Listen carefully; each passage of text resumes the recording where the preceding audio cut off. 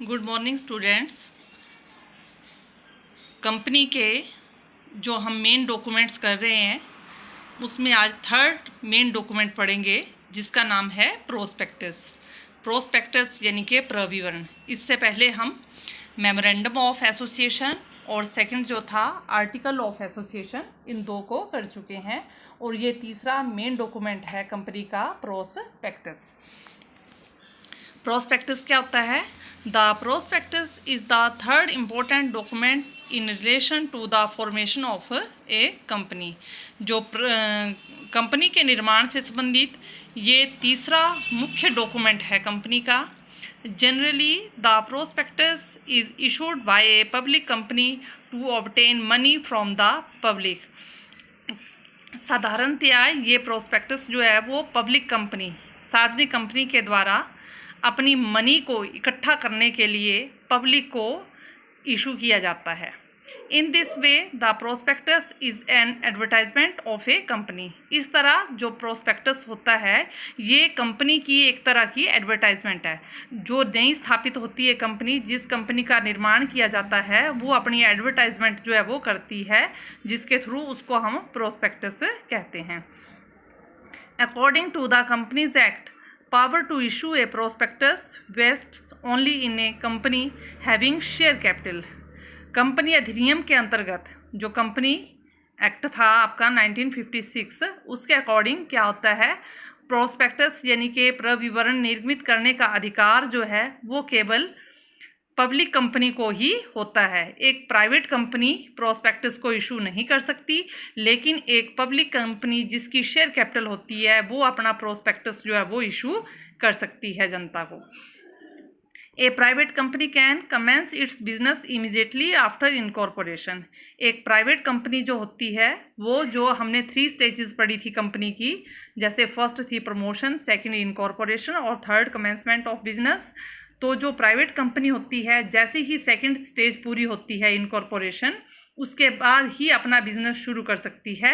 But for a public company it is necessary to collect capital. परंतु एक public company के लिए ये ज़रूरी होता है कि वो अपनी कैपिटल को कलेक्ट करे। If a public company collects capital from the public it will have to issue the prospectus. यदि पब्लिक कंपनी जनता से अपनी कैपिटल कलेक्ट करती है तो उसे क्या इशू करना पड़ता है? प्रोस्पेक्टस इशू करना ही पड़ता है।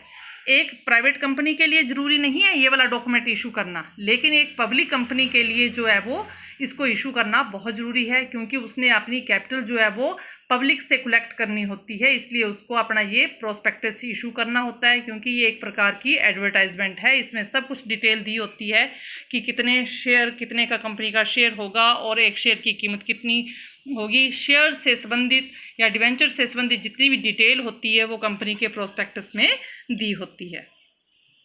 अब आए इसके ऑब्जेक्ट्स ऑफ प्रोस्पेक्टस, प्रविवरण के उद्देश्य। तो पहला उद्देश्य है इसका to invite the public to purchase shares and debenture. ये इनवाइट करती है पब्लिक को क्या खरीदने के लिए? शेयर्स और डिवेंचर परचेज करने के लिए पब्लिक को इनवाइट करती है। Second, to give details of those conditions on which invitations to purchase shares and debenture is given to the public.